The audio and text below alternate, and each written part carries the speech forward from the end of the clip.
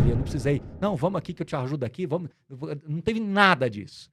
Isso eu me falo com muita tranquilidade. Então, isso foi o mais legal de fazer, de exercer o exercício, de exercer o papel de cidadão Baroni e, ao mesmo tempo, de defensor da indústria de fundos imobiliários como uma voz ativa também. Então, foi muito legal e, enfim, eu acho que foi um passo importante naquele momento, uma virada de página importante no capítulo. Agora a gente tem um assunto que está sendo muito comentado e, assim, todo mundo ficou Agora, desesperado essa questão.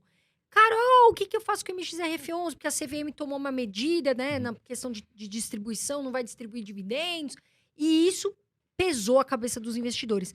O que você tem para falar disso, Baroni? Você acha que isso, Bom, de fato, pode permanecer? agora a gente está com 1 hora de gravação, agora a gente vai mais umas 3, então dá tempo, né? Beleza?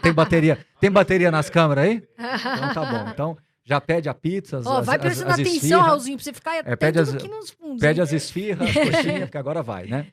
Bom, não tem resposta rápida e fácil, mas eu vou tentar explicar tudo, tá bom? A primeira coisa, o caso MXRF, ele é muito específico, né? Eu não consigo falar tudo, porque eu não tive, nem eu, nem as pessoas do mercado, tiveram acesso exatamente qual foi a troca de ofícios e documentos entre o BTG, que é o administrador do fundo, o fundo é gerido pela XP, e o administrador é o BTG. Quem toma essas decisões é o BTG, propriamente dito, com a própria CVM, que é o órgão regulador. Então a gente não sabe exatamente qual foi a conversa entre eles. A gente teve acesso a uma ata, a um parecer técnico, né? E aos votos das pessoas, né? Dos diretores. Um, essencialmente, que votou a favor, vamos falar assim, contra o fundo, e outro que votou a favor do fundo. Muito bem. Então, a primeira coisa, o MXRF ali dentro, ele tem muita coisa que você me perguntou. Ele é um bom fundo? Essencialmente, sim. Mas ele tem as suas pimentinhas ali dentro também. E pimentas que foram herdadas do passado. E a gente não sabe especificamente se, ao reconhecer essas perdas de fato, né, você teria que realmente ajustar o prejuízo ali, né, virar de lucro para prejuízo. E aí sim, ao invés de distribuir rendimentos isentos, você distribuiria em formato de amortização. O cotista ia continuar recebendo o dinheirinho dele, só que ele ia baixar o preço médio dele. Qual é o tamanho do problema de MXRF efetivamente? Pelas nossas contas, 30 centavos. Um pouco menos até, 29. Vamos falar 30. Então, no pior cenário de todos, as pessoas que têm MXRF teriam rendimentos ali por 2, 3 meses seguidos de 30 centavos, ao invés de ser rendimento, seria amortização, abaixaria para o preço médio e a vida seguiria. Era isso que era para ter acontecido. Tá certo? Sim. Era isso. A CVM foi lá e falou, não, isso aqui tá errado, você tem que dar baixa mesmo, isso aqui perdeu. Aí o BTG falou, não perdi, isso aqui só tá marcado, mas eu vou recuperar. E ia ficar discutindo, mas tá bom, faz. Eu tô mandando fazer, faz. Baixa 30 centavos, vida que segue. Como seria lindo se fosse só assim. O fundo teve problemas, de fato, hoje a carteira de crédito dele é muito melhor, hoje, mas ele herdou muita coisa ruim do passado. Resolve isso, vida que segue. Porém, contudo, todavia, entretanto, agora que vem, hein? Pode fazer o pedido das pizzas aí agora que vai. Ao analisar o parecer técnico e os votos, né, o voto a favor e o voto contra, o negócio transbordou para o mercado. Porque o que chegou para o público, o argumento do parecer técnico e o argumento do voto, principalmente contra, a favor do fundo, foi meio escatológico, meio fim do mundo. Por quê? Porque transborda do MXRF para o mercado. Há claramente ali, apesar de que a CVM diz que não, mas há claramente ali um novo entendimento do que é distribuição de dividendos. O distribuição de dividendos, desculpe, vou usar a palavra correta, a distribuição de rendimentos, né? A gente usa rendimento, porque fundo imobiliário, diga-se de passagem, é o único instrumento criado por lei no Brasil. O fundo imobiliário é o único instrumento criado por lei. Claro, veio o FIAGO depois, mas o fundo imobiliário foi o primeiro e o único efetivamente criado por lei. Então ele tem a sua especificidade, ele tem a sua particularidade, tá? Que é essa que nos trouxe até aqui, não é? Aí de repente vem esse parecer dizendo o seguinte, não há o que se falar em distribuição de dividendo enquanto você não tiver lucro contábil. Mas espera lá, lucro contábil? O que é o lucro contábil? Se eu tenho uma remarcação, não é perda. Se eu tenho uma remarcação negativa, o prédio desvalorizou. O FOF que você me perguntou, a carteira dele desvalorizou. ele tem um reconhecimento ali de perda? Não. Mas ele tem uma marcação para baixo. Quando a gente lê o documento, dá uma margem de interpretação seguinte: enquanto isso não for resolvido, não há de se falar de rendimento. É só de amortização. Uma palavra boba que muda tudo. Porque a amortização, ela traz uma consequência tributária sem precedentes. Imagina 1,5 milhão de investidores tendo que ajustar os seus... Deus. Imagina os fundos de CRI, que tem 40% do mercado hoje que é fundo de CRI. Eles são marcados ali a mercado. E aí, um mês é dividendo, outro mês não é. Outro mês, porque o juro subiu, remarca a curva, o preço. Para tudo, gente. Pause. Não precisa editar não, tá? É só para falar pause.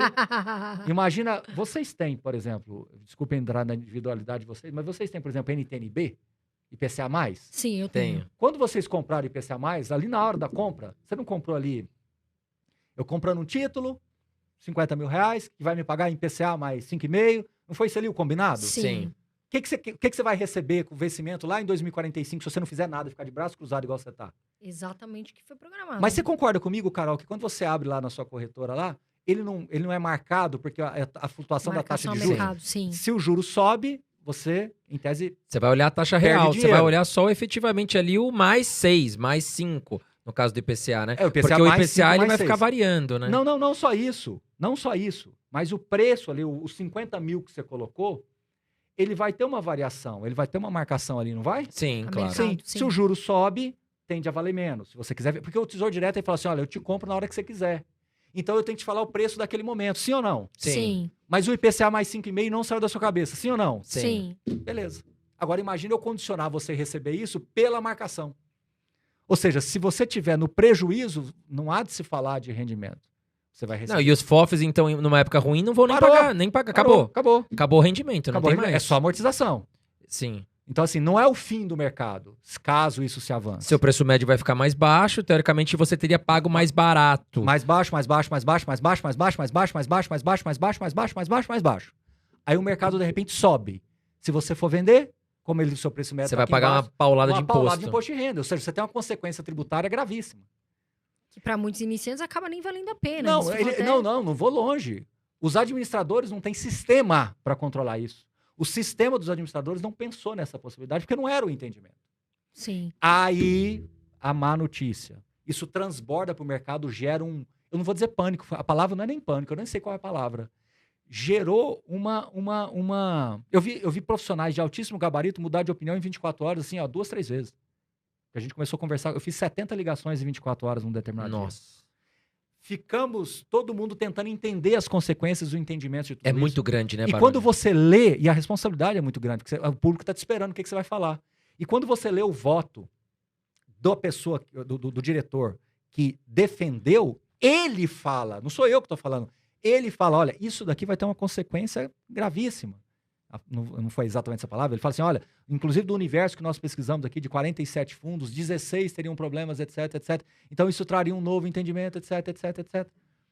Aí você lê um diretor da autarquia se posicionando dessa forma, dá um frio na espinha, né? Porque você não sabe o que eles conversaram. Você vê uma ata e o voto declarado. Mas como é que foi ali o debate de tudo isso? Então, se ele afirma aquilo, é porque o debate foi nessa linha.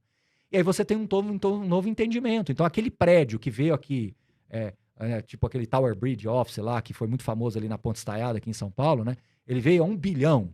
Evidentemente era caro. A gente estudou na época e falamos que era caro. Não existia Suno nessa época, era em 2012 isso aí, 2013. O prédio só teve remarcação. Chegou a valer, eu acho que 650 milhões. Teve remarcações negativas. E 10 anos ficou distribuindo rendimentos. Não poderia ter sido amortização. Lucro, ele estaria com um prejuízo contábil gigantesco. Há anos. Até ele cobrir isso daí, ele não ia pagar anos. Agora, qual que é a grande boa notícia de tudo isso? Eu não sei quando é que vai entrar no ar aqui o podcast, mas aí depois de alguns dias, quase 4, 5 dias, né, a CVM acatou um efeito suspensivo, o que foi ótimo, em regime de urgência, porque ela viu que virou os veículos de imprensa. Eu dava 2, 3 entrevistas. Dou, né? Porque eu ainda tô na. Panicou o mercado geral, né? Não só panicou, mas ele gerou uma disfuncionalidade, que é pior que panicar, achei a palavra. É pior do que panicar. Porque o panicar é esse susto, bum, você age no ímpeto. A disfuncionalidade é o que eu faço. É a mesma coisa que você tá num painel do avião, Você tem um problema ali, de fato, você atua no problema. A disfuncionalidade é o painel não responde mais, o que você imaginava. E aí você não sabe, poxa, como é que eu piloto isso aqui agora? Então você criou uma disfuncionalidade, uma potencial disfuncionalidade muito grande no mercado.